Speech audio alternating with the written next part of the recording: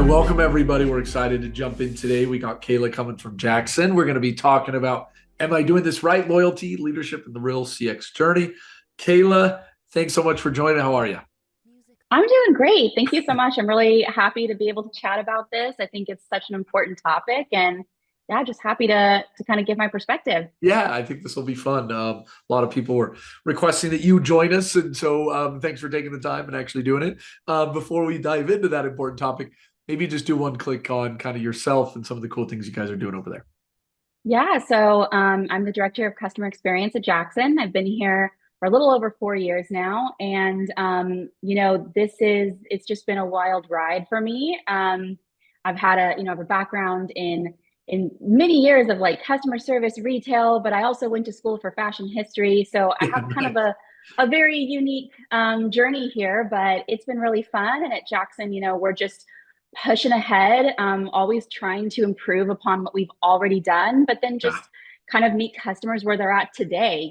Things are always changing in the economy and shopping behavior. And so, yeah, I mean, for me in my role, as well as our whole team, we're just trying to deliver exactly what the customers want. I love it. I love it. Yeah. Well, again, appreciate you jumping on. So let's dive into this loyalty topic. You've been around the space a long time, so I'm curious. I'll start with the big one first. How do you personally define this idea of loyalty, and how do you feel like it's changed over the last, years?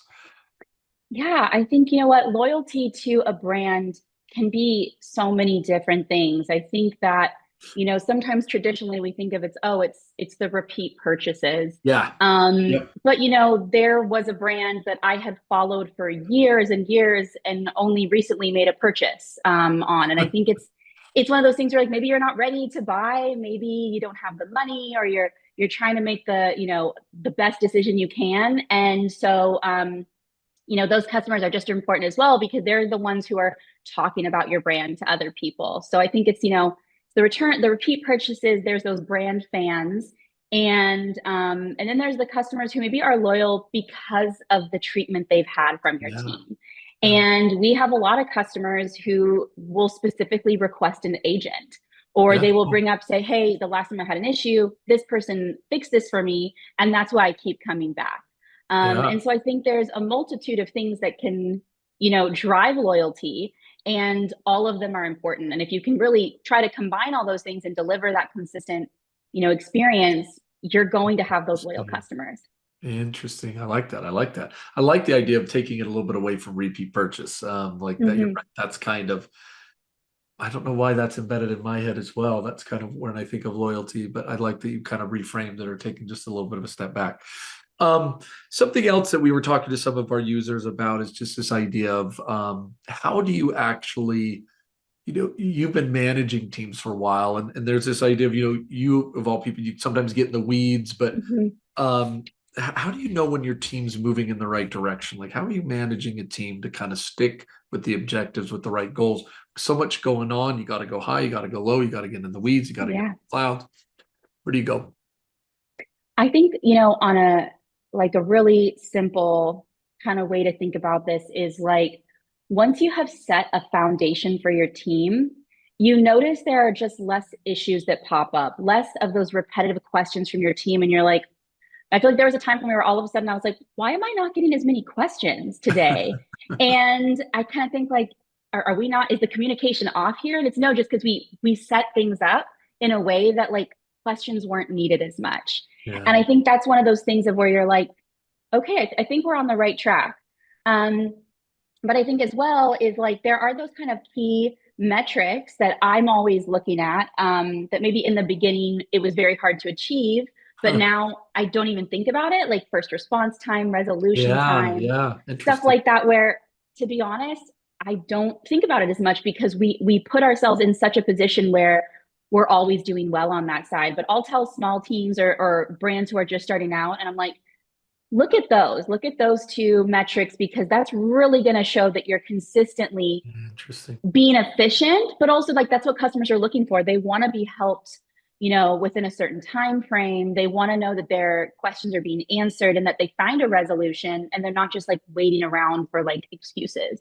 That's right. Yeah, you can't just have people sitting right. You got to kind of like get going on things. But I like the Yeah. concept of like re-looking at metrics. I think metrics are such an interesting thing in this space, and so capturing the right ones that actually move the needle Hmm. rather than the some of the busy, not busy work, but boy, I've seen teams wrap themselves around an axle, and it's like I don't know if that's the thing you want to be like wrapped Yeah. on it. Sometimes, yeah, you can get kind of stuck on one thing, and it's like that one metric, there's so many other things you have to look at. So you can't get stuck too much on one thing and let all the other things fall Yeah, apart, yeah, which can be hard. And so, in the past we've set goals, we've had like contests, things like that, where I'm like, okay, I know the team, they're really focused on these things, but also then that gives me time to address like as we're doing that, it's going to lead to these other successes. And if you yeah. can kind of get yourself on the right track, the other things will fall into place. I love that. I love that. I think that's great advice, especially for those that are jumping in with the teams. Let's switch back to loyalty just for a second. So sometimes it feels like there are these traditional ways of doing kind of loyalty and retention. I'm curious if there's some loyalty retention rules that you think leaders should ignore when it comes to Mm-hmm. sex. Anything come to mind? Yeah, I think sometimes it seems like a really great idea to have a really like a traditional loyalty program and have like a tiered system and you think like this is it. This is the rule book and you have to follow it. Yeah. I don't always think that's the case. And I think it's because I've been in there answering tickets before. I still go in and I'll search certain keywords or I'll just answer tickets just to be like, I want to see what's going on here. And for me, sometimes it's as simple as someone's like, I'm buying this for my grandson for his birthday. Yeah. And maybe it's their first purchase, maybe it's their second purchase, but like clearly they wanted to tell you about this special occasion. Uh, And therefore, I think it's worth giving like delivering them something special. And that might be like, hey, I'm going to make sure you have a discount for a future purchase. I'm going to throw in something extra. I'm going to upgrade your shipping. And it's not tied to a set of rules that just, figured things out and then just spit out like that's what you get. yeah. So I think it's you kind of have to understand your customers too and find those ways that I know, like, well, for me, I'm like when someone understands what I've just said to them and kind of just makes a deal about it, and that's where I think it can really help.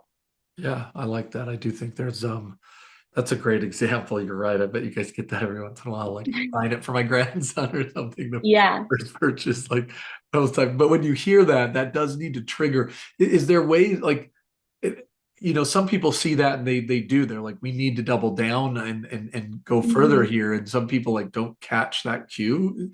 Any thoughts Yeah. on like how you train people to be like, this is a big deal for them right here. Like, how can you do something different to make go beyond Yeah. the traditional, or is that just either kind of some people are born with it, some people aren't, that empathetical kind of approach? No, I think it's both. I think some people are innately very empathetic. They see these situations and they want to deliver more. I think I'm one of those people who I'm always looking for those little things, and maybe I put too much emotion into it, but it typically pays out really well. But for those who maybe like, I mean, most people who are in a support or service kind of role, they do have the ability to figure it out, and sometimes it's about taking a little bit of extra time to look at the total customer picture. Yeah, And it's hard when you're, maybe at the beginning where you're like, I know I have to hit this many tickets and I must deliver a certain level of sure. service here. Um, but I always tell my team, I'm like, let's do a practice. What does 10 seconds of looking at your screen and reading the message and maybe looking at previous messages do? Is that going to really slow you down that much? Is it going to help? Is it going to help really, turn this customer into a repeat purchaser? And so I think that's where you just kind of, some training is necessary. And sometimes it's about like kind of dialing that in over and over. Yeah, But there are certainly ways you can help out your team by creating, you know, certain kind of rules and tags and things to bring the uh, information to them and then just have them get used to like really just viewing that as a whole story. yeah. I like that idea. Sometimes we do. We think we pause. You pause to smell the flowers or something, and the whole world's going to end or something. But yeah, like it doesn't actually kill you to do a little Yeah, due diligence. I mean, there's it obviously a doesn't. It balance, doesn't. but I think that's Yeah. a good point to highlight because man, in a world where speed matters so much, we're always looking to cut corners, and what, 15 seconds here, 10 seconds there. I don't know if it's going to like break the bank. Um, Exactly. on that same line of thinking, I'm curious, a lot of our people have been talking about this idea of trade-offs, Hmm. the resource trade, do more with less.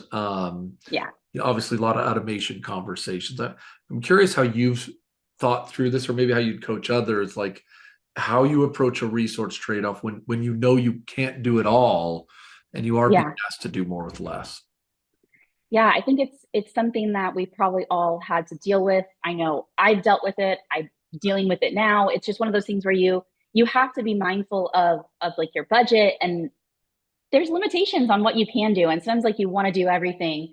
I think kind of setting it out for yourself and understanding what's the most important and where can you get creative. And Yeah, sometimes like during holiday periods for us, we're very busy, but I know I can't hire a bunch of additional agents just so that we can, yeah, maybe like one, okay, maybe here's a great example. So like we respond to every single review, whether it's 5 star or 1 star. yep, But when you're hit with so many tickets during like a promo period or something, sure, we might not be able to answer all those 5 and 4 star reviews in yeah, in the time we normally would. So like I always like, okay, we're gonna set those to the side. And when we yeah, have the time to catch up, we'll catch prioritization. up. So we're still Yeah, delivering something, but it's on the time we can handle. And I think that's just where you need to kind of set those, prioritize your goals, and then be creative. You're not going to like ruin your whole business by testing things out and kind of finding some extra ways to move some stuff. I love that. That's such a great, yeah, that prioritization. I mean, it's so hard to find the trade-offs, but in a world, that's just the expectation. Like you do have to do it. So you have to be able to sit Yeah. down and there is not always an easy way to prioritize, but I think you gave a great example. Like, you know what, this can wait right now for a minute. We can Yeah.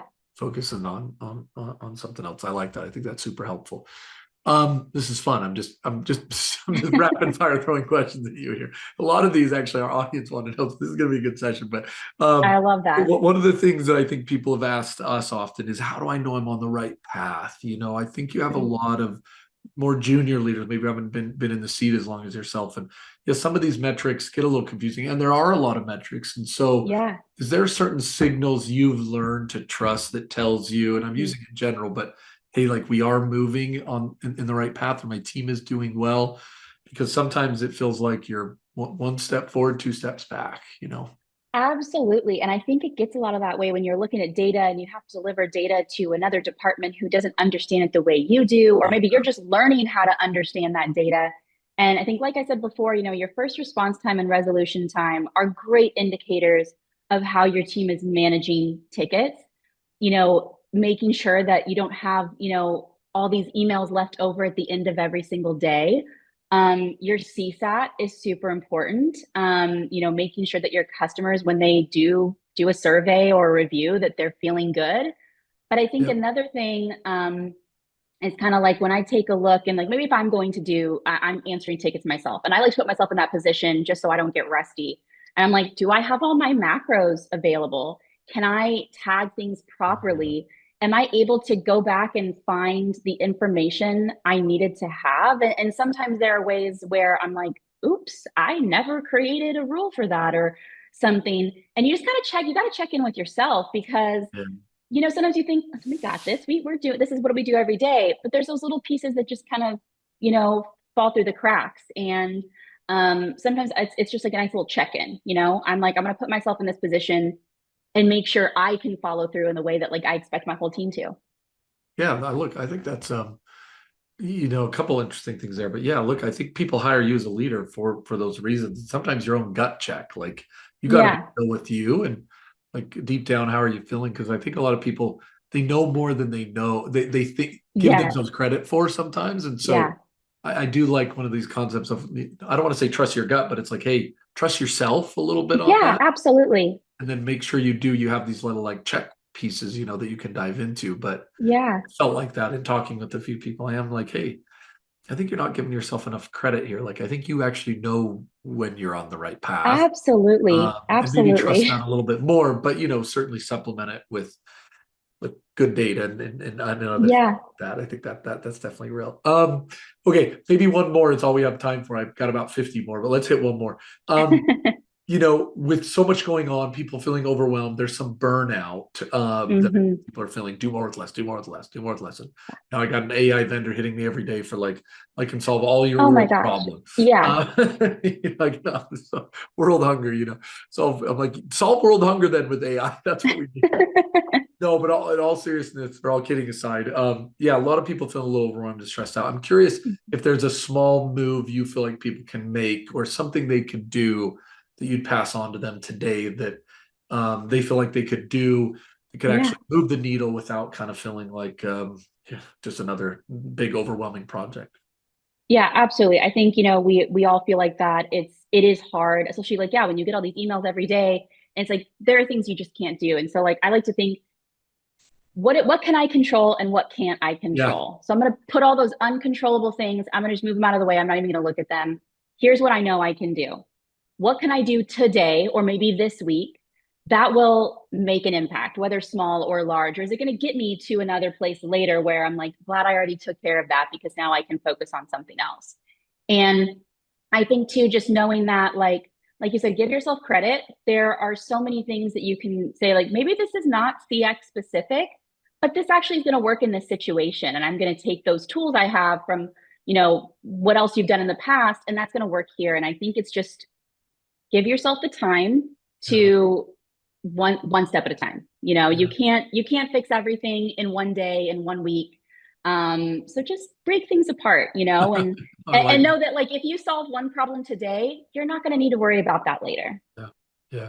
Yeah, look, I like this idea of kind of breaking it up. There are a Mhm. lot of things we can't control right now. And that Yeah. if you could kind of separate that and put it in its own box, that actually alone, I think makes the world just a little bit more, okay, maybe I can manage this. Type Yeah. thing. Exactly. Or you jump into it's like you got to just deal with the present moment. Like what can I solve now? Yes. This is what I can't solve the problems that are coming tomorrow. So get that It's so true. well, I love it. That was a really fun session. I think, Caitlin, that's a fun kind of empowering. And there's so many people, I think, trying to navigate such uncharted waters right now. So I think some of the advice you gave today will be super helpful. Um, okay. Well, again, appreciate your time. Really appreciate you joining and taking the time. And again, for the audience, have a fantastic rest of your day. Thanks, everybody. It was really great to chat.